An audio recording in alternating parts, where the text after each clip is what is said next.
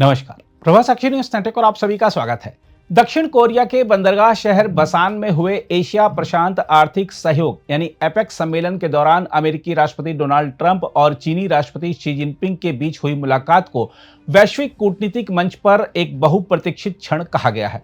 दोनों नेताओं की यह पहली आमने सामने की वार्ता 2019 के बाद हुई है और उस पर विश्व की निगाहें इसलिए भी टिकी थीं क्योंकि अमेरिका चीन व्यापार युद्ध ने पिछले कुछ वर्षों में न केवल वैश्विक आपूर्ति श्रृंखला को झकझोरा है बल्कि आर्थिक विश्वास और राजनीतिक स्थिरता दोनों को हिला दिया है।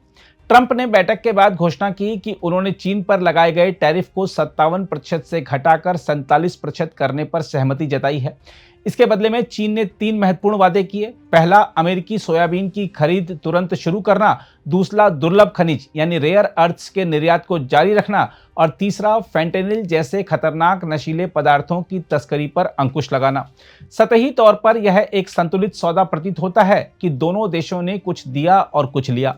परंतु प्रश्न यह है कि क्या शी जिनपिंग ने वास्तव में कोई रणनीतिक उपलब्धि हासिल की या यह केवल प्रतीकात्मक राहत है जिसे घरेलू राजनीतिक संतुलन साधने के लिए प्रस्तुत किया जा रहा है। देखा जाए तो टैरिफ में 10% अंकों की कमी का निर्णय अपने आप में आर्थिक दृष्टि से सीमित प्रभाव वाला कदम है। यह अमेरिकी उपभोक्ताओं और आयातकों के लिए अस्थायी राहत तो लाएगा, पर चीन के लिए यह महान कूटनीतिक जीत नहीं कही जा सकती। चीन पहले से ही 57% के उच्च टैरिफ के कारण अमेरिकी बाजार में प्रतिस्पर्धा खो चुका था। ऐसे में 47% पर लौटना किसी बड़ी संरचनात्मक सुधार की गारंटी नहीं देता, बल्कि यह कहना अधिक उचित होगा कि यह अमेरिका की ओर से नियंत्रित नरमी का संकेत है ताकि दोनों देशों के बीच संवाद की संभावना बनी रहे। शी जिनपिंग ने अपने हिस्से की रियायतें ऐसे क्षेत्रों में दी जो सीधे सीधे चीन के हितों को बहुत प्रभावित नहीं करते। उदाहरण के लिए सोयाबीन की खरीद, यह चीन की खाद्य आवश्यकताओं का हिस्सा है, न कि किसी नई उदारता का प्रतीक। इसी तरह रेयर अर्थ्स का निर्यात जारी रखना भी चीन की आर्थिक आत्मनिर्भरता के खिलाफ नहीं जाता, बल्कि यह विश्व बाजार में उसकी पकड़ बनाए रखने का ही तरीका है। हम आपको यह बता दें कि बसान वार्ता से ठीक पहले ट्रंप ने अमेरिका के डिपार्टमेंट ऑफ वॉर को परमाणु हथियार परीक्षण शुरू करने का निर्देश दिया था। यह घटना केवल संयोग नहीं थी बल्कि एक स्पष्ट सामरिक संकेत थी कि अमेरिका यह जताना चाहता था कि उसकी डील कमजोर स्थिति से नहीं बल्कि शक्ति प्रदर्शन के साथ आ रही है। इस संदर्भ में यदि शी जिनपिंग ने 10% टैरिफ रियायत के बदले में बातचीत को पटरी पर लौटाया तो यह उनकी कूटनीतिक विवेकशीलता तो दर्शाता है, पर यह कोई रणनीतिक विजय नहीं है। चीन के लिए बड़ी चुनौती यह है कि वह आर्थिक रूप से अमेरिका पर निर्भरता कम करना चाहता है, पर विश्व आपूर्ति श्रृंखला में उसकी भूमिका अभी भी नाजुक है। रेयर अर्थ्स और तकनीकी उद्योगों के नियंत्रण के बावजूद चीन को यह एहसास है कि अमेरिका की तकनीकी रोकथाम यानी एआई चिप्स और हाईटेक एक्सपोर्ट बैन ने उसकी दीर्घकालिक महत्वाकांक्षाओं को सीमित किया है। इसलिए बसान की बैठक को चीन द्वारा रणनीतिक स्थिति संतुलन के प्रयास के रूप में देखा जाना चाहिए, न कि किसी निर्णायक जीत के रूप में। उधर डोनाल्ड ट्रंप ने बैठक के बाद इसे ग्रेट सक्सेस कहा और अप्रैल में चीन की यात्रा की घोषणा भी की। परंतु ट्रंप की सफलता का वास्तविक अर्थ घरेलू राजनीति में है।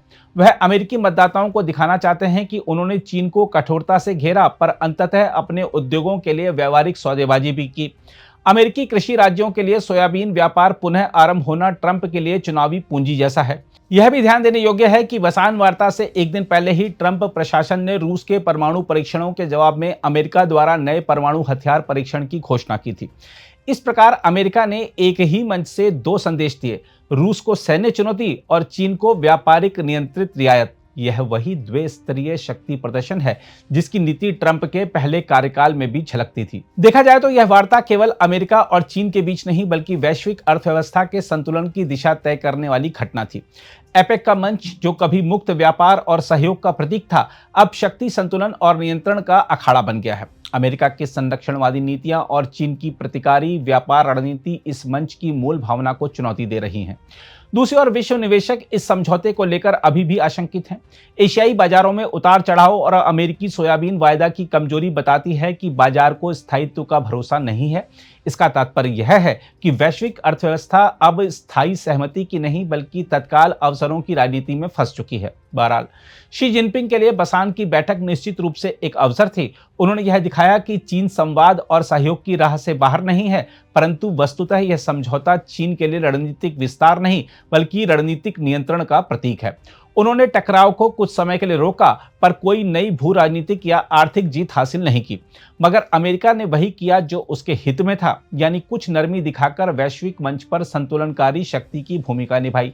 और चीन ने वही किया जो विवेक में था, यानी कठोरता की बजाय व्यवहारिकता का चयन किया। बसान से निकला असली संदेश यही है कि इस G2 युग में ना तो कोई स्थायी मित्र है, ना स्थायी प्रतिद्वंदी, केवल हित सर्वोपरि हैं, और वही आज की विश्व व्यवस्था का वास्तविक आधार बन चुके हैं। अगर आप भी लेना चाहते हैं देश दुनिया की तमाम जानकारी, तो आज ही सब्सक्राइब करें हमारे चैनल को। साथ ही नीचे दिए बेल आइकन को जरूर दबाएं ताकि हर अपडेट आप तक पहुंच सके।